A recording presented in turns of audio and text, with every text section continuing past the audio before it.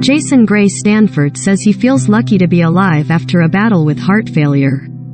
In a personal essay published by Today on February 25, the Monk alum detailed the harrowing experience and how he likely could have only lived a few more weeks if he had not received a heart transplant in November 2020. According to the 51-year-old, the entire ordeal first began in 2018, when he noticed that his heart was beating oddly while filming in Vancouver, Canada, and went to the emergency room for treatment.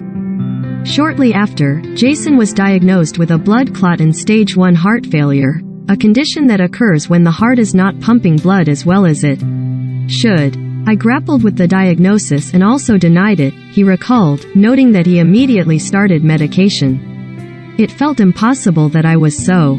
Although Jason said his health remained stable for a while due to the medicine, things took a turn in December 2019 when he blacked out in the middle of a spin class. One moment I was pedaling with everyone else. The next I woke up on the floor with the entire class peering down at me, he said. I was terrified. How could I lose so much time? Why did I end up on the floor? Suddenly, I was being rushed to the hospital. Describing the situation as grave, Jason soon learned that his kidneys and liver were failing because his heart wasn't pumping enough blood throughout his body. Despite being given stronger medication, the actor's health continued to decline and he landed back at the hospital in November 2020. This time, he said, doctors told him that his only option was a heart transplant. Watch. Selena Gomez proudly shows off kidney transplant scar. This was a lot to process. In my mind, I still wasn't that sick, even though I knew I was struggling, he remembered.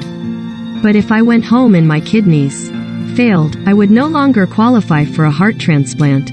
People have to have a certain level of health to receive a transplant, and having multiple organs failing might make me too unhealthy. Just as Jason was thinking on the difficult decision at the hospital, a heart with a 95% match miraculously arrived and he was able to undergo an immediate transplant. While I felt numb at the time, in hindsight I realize how lucky I am, he said. All of the stars aligned so that this very heart was available right when I needed it. These days, Jason is feeling much healthier and grateful for the new heart beating in my chest, working better than my old one. And while he now lives life with a scar across his chest from the surgery, he says he wears it as a badge of honor.